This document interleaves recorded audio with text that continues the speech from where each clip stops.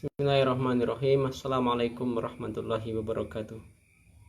Alhamdulillah wassalatu wassalamu ala rasulillah wa ala alihi wasahbihi wa mawalah wa la hawla wa la quwata illa billah. Ma ba'du. Kita lanjutkan pembacaan syarah dari kitab Riyadhus Shalihin, masih dalam bab tafakkur. Imam Nawawi membawakan ayat inna fi khalqis samawati wal ardi wa ikhtilafil laili wan nahar la ayatin li ulil albab. Ini sebenarnya ayat sudah kita baca kemarin. Hanya saja Syekh Muhammad bin Shalih Al-Utsaimin agak panjang menjelaskan faidah di sini dan saya rasa perlu untuk kita baca.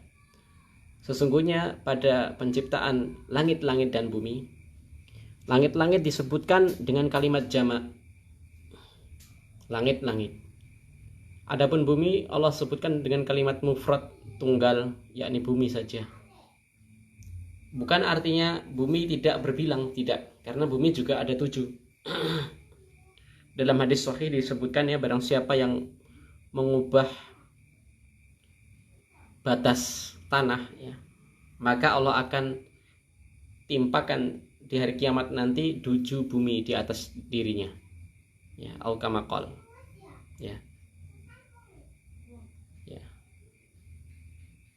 Barang siapa yang menggeser, mengubah batas tanah walaupun 1 jengkal karena dolim, maka Allah akan timpakan di hari kiamat nanti di atas dirinya 7 lapis bumi. Artinya bumi jumlahnya 7. Tapi Allah sebutkan di sini pada ayat ini, Allah sebutkan 1.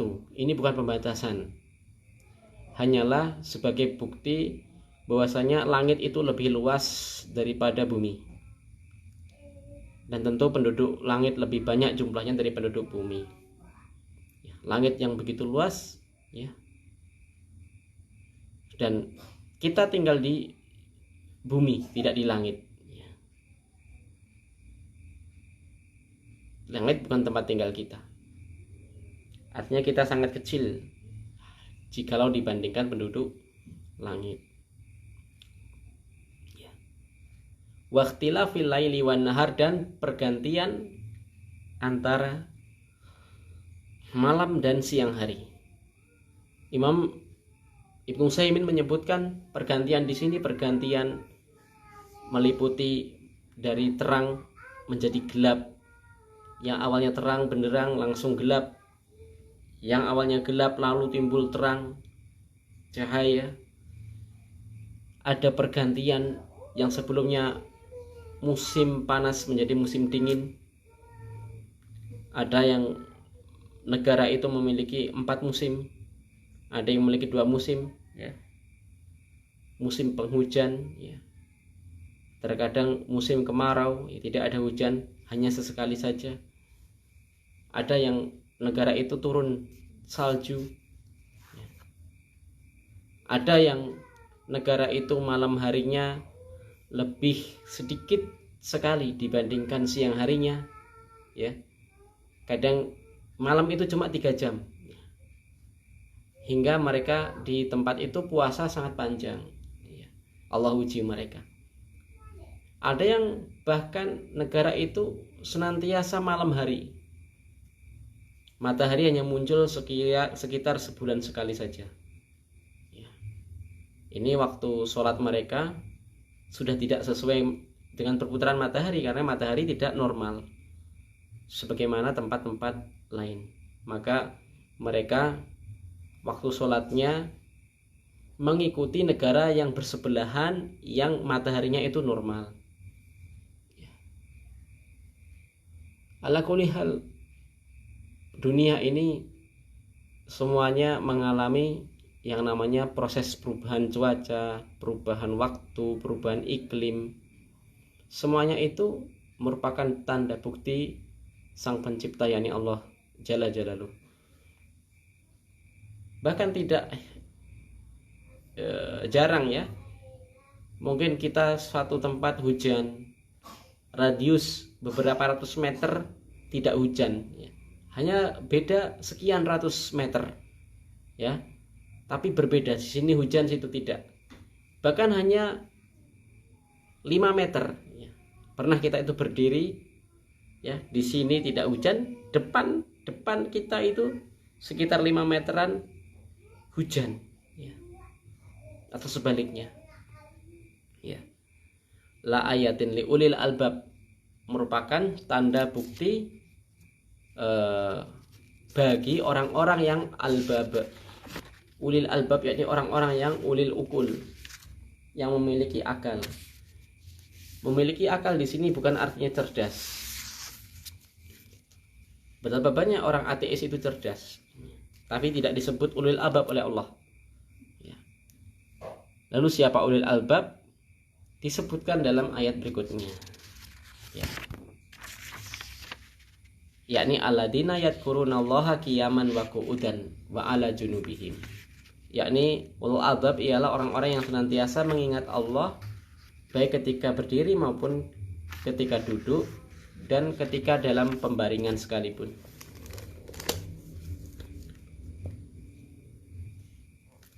Maka setiap manusia, ya, yang menggunakan akalnya belum tentu disebut berakal, ya. Akan tetapi ulul albab ialah orang-orang yang yatafakkarun, orang-orang yang mau berpikir, orang-orang yang mau merenungi fi khalqis samawati wal ardi, pada penciptaan langit-langit dan bumi, berkaitan dengan ayat tadi. Ya. Wa yanduruna fil ayati wa ya'tabaruna biha wa yastadalluna biha. Yang mau melihat, memperhatikan ayat-ayat, yang mau mengambil ibrah pelajaran dari ayat-ayat tadi dan menggunakan ayat tadi sebagai pembuktian akan kebesaran Allah Subhanahu wa ta'ala. Terlebih tentang akan adanya Allah Subhanahu wa ta'ala. Haula'i hum ashabul ukul, mereka lah orang-orang yang memiliki akal, ya, dan mereka sekaligus yakni ulul albab.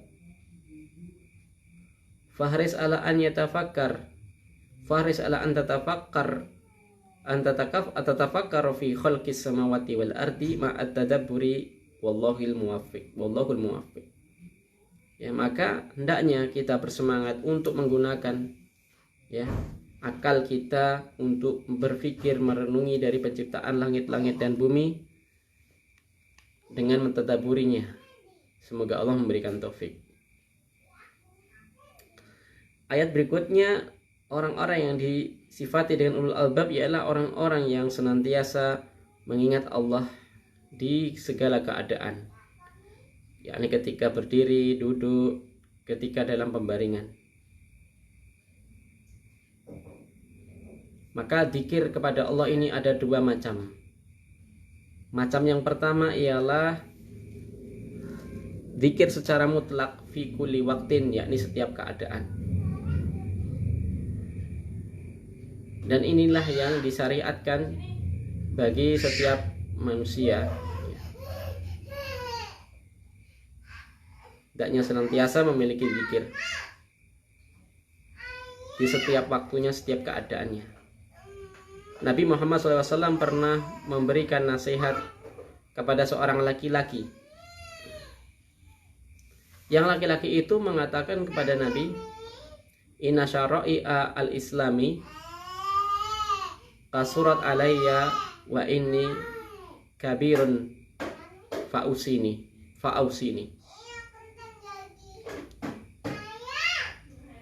Sesungguhnya syariat-syariat Islam itu sangat banyak bagiku dan aku ini sudah terlanjur tua, maka berikan wasiat kepadaku.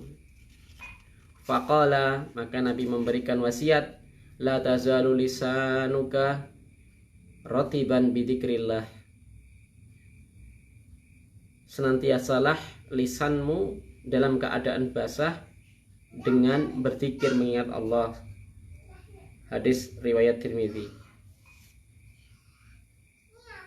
Ummul Mukminin Aisyah, ya, ibunda radhiyallahu anha, pernah berkata, adalah kebiasaan Nabi Muhammad SAW yadkurullah ala kulli ahyanihi. Ya, hadis muttafaqun alaih. Adalah Nabi Muhammad SAW senantiasa berzikir di setiap keadaan, ya, di setiap waktu. Hadis muttafaqun alaih. Fadzikrullahi huna mutlaqun la yataqayyadu bi adadin bal huwa ilal insani ala hasbi nasyatihi. Maka zikir di sini zikir mutlak yang tidak terikat dengan jumlah, ya. Dan ini sesuai dengan tingkat seseorang itu, semangat tidaknya dalam berzikir, ya. Tidak dibatasi berapa kali, ya. Bahkan kalau sebanyak-banyaknya dia hitung sampai 700.000 sekalipun, kalau mampu maka silahkan, ya, tidak dibatasi. Wa na'usani dzikru muqayyadun bi adadin. Dzikru muqayyadu bi adadin au fi halin minal ahwali wa huwa kasir. Dzikir yang kedua ialah dzikir yang muqayyad, yang terikat dengan jumlah. Maka ini pada kondisi tertentu, pada tempat-tempat tertentu, dan ini sangat banyak, ya. Di antaranya ialah dzikir ketika sholat, ya, ketika ruku subhana rabbil azim, ya, subhana rabbil a'la, ya, ketika sujud, atau zikir-zikir ba'da salam setelah sholat wajib, ya, atau zikir-zikir tentang masuk rumah, keluar rumah, ya, naik kendaraan, dan sangat banyak di tempatnya Allah syariatkan di situ untuk hamba-hambanya untuk supaya berzikir. Min ajli an yakunu daiman ala dzikrihi, agar, ya, seorang hamba itu senantiasa di atas zikir. Wa minha, ya, termasuk di dalamnya adkarun naum wal istaiqid wa istaiqad, ya. Zikir-zikir ketika hendak tidur, ketika bangun tidur, ya.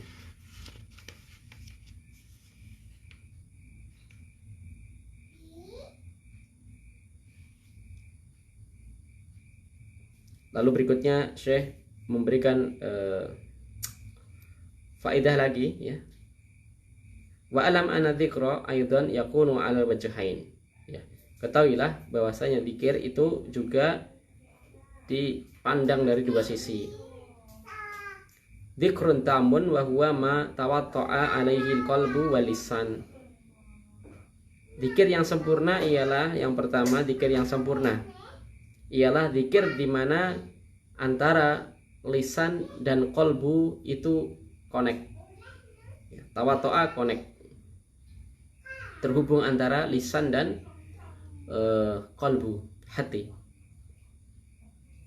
Maka tatkala ia zikir Allahu Akbar, maka hatinya juga ikut mengagungkan Allah dan mengecilkan dirinya sekecil kurang, ya, fakir.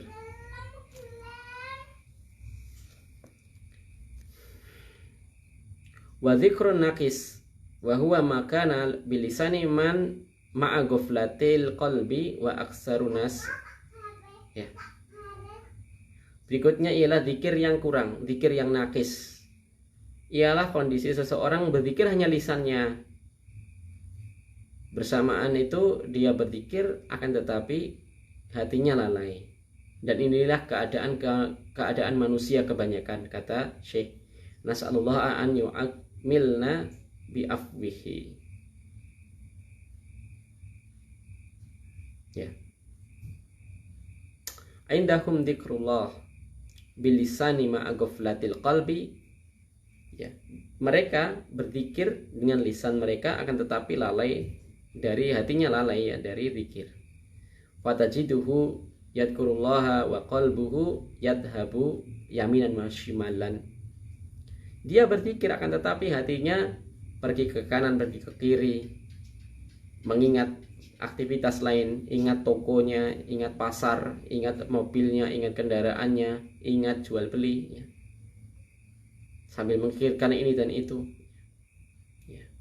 Lakin huwa ma'jurun ala kulli halin. Kata Syekh, akan tetapi hal ini tetap dikasih pahala oleh Allah, ya. Tetap Allah akan memberinya pahala. Walakin adzikru tammu huwa alladhi yakunu dzikran lillahi bil lisani wa bil qalbi. Ya. Tentu akan tetapi zikir yang sempurna ialah zikir yang mengingat Allah secara lisan dan hati. Ini yang dikatakan zikir yang sempurna.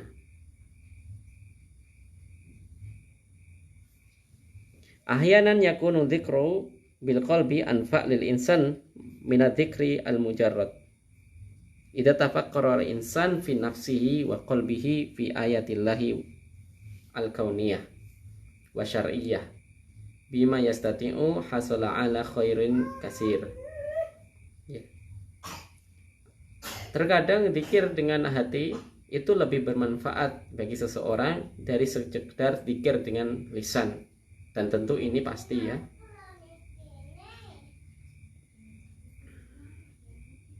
Mungkin yang dimaksud saya di sini hanya sekedar zikir dengan hati, tidak dengan lisan, ya.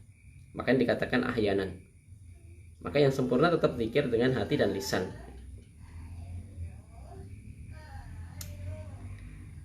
Jika ia memikirkan, ya, jika manusia itu memikirkan pada dirinya, hatinya, ya, mengingat ayat-ayat Allah kauniyah, yakni penciptaan